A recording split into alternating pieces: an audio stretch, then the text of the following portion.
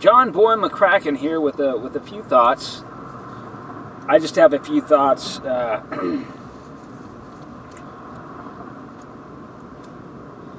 I watched a video about shielding, and it sparked some long distant memories.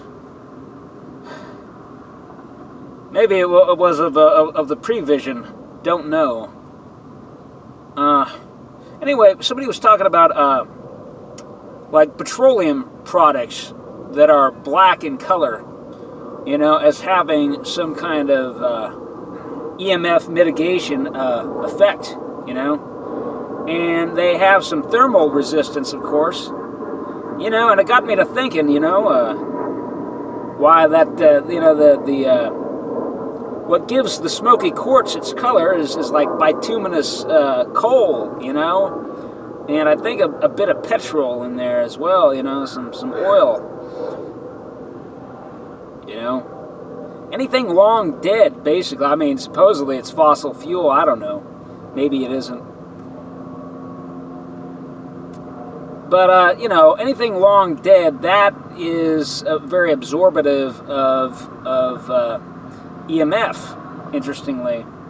And then I remembered, I think I read it in a David Icke book, but he was talking about how lizards and snakes had been studied, their skin had been studied, and it had been found that their scales or their skins, they're highly resistant to like ionizing radiation, and I think electromagnetic radiation as well.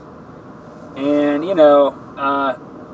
for some kind of single-minded, like predatory animal that waits and waits and waits and waits, I mean, you would have to think that it would be highly resistant to all kinds of etheric suggestion, So I bought this little case for carrying, it's meant primarily for carrying headphones. They tend to break so easily, They get tangled up in something and you jerk on them and, it severs the connection, You got to buy another pair, so this is a nice little investment here.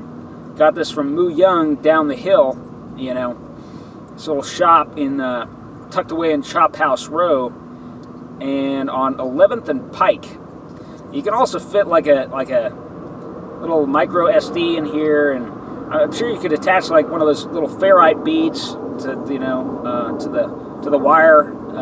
Yeah, there's certainly enough space in there. The thing about this is a very interesting little design because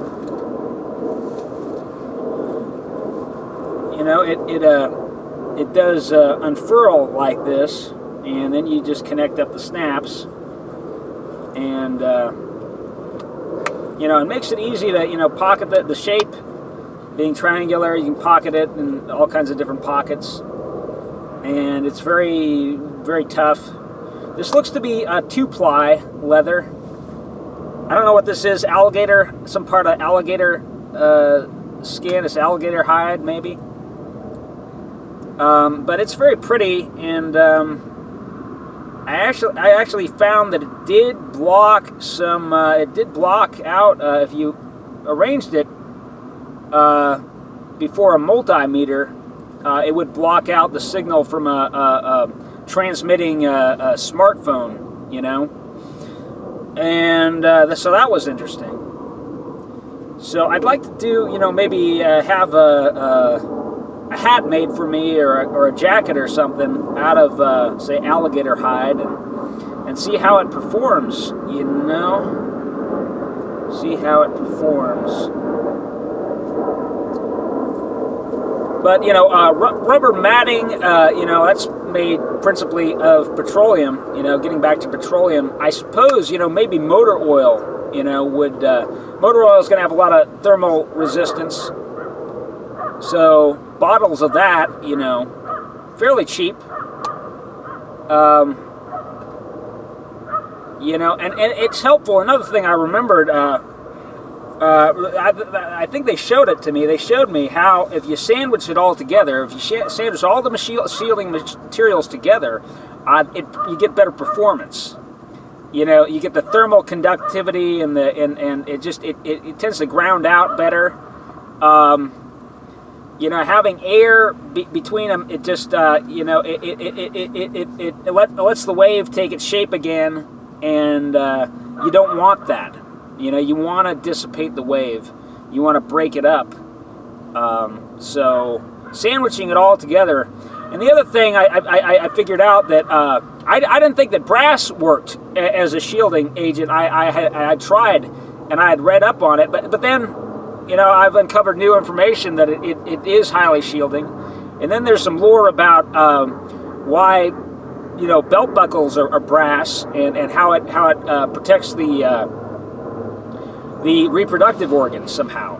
You know, it emanates some kind of infrared or electromagnetic frequency, you know, that has some kind of protective effect on the reproductive system, you know. So that's interesting. That is really interesting. Now, you know, brass, it's not conductive though, which is another interesting fact.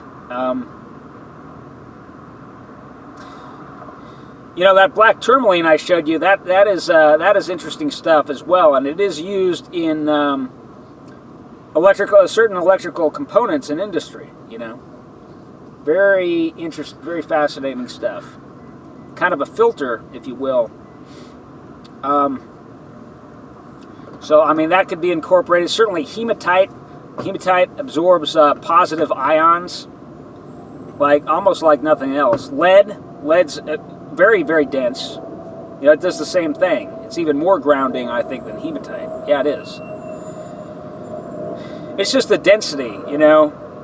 It's the density that you know, permits this grounding activity, principally, you know. So just a few little ideas, guys, and remember, sandwich it all together, you know. And then run a grounding wire.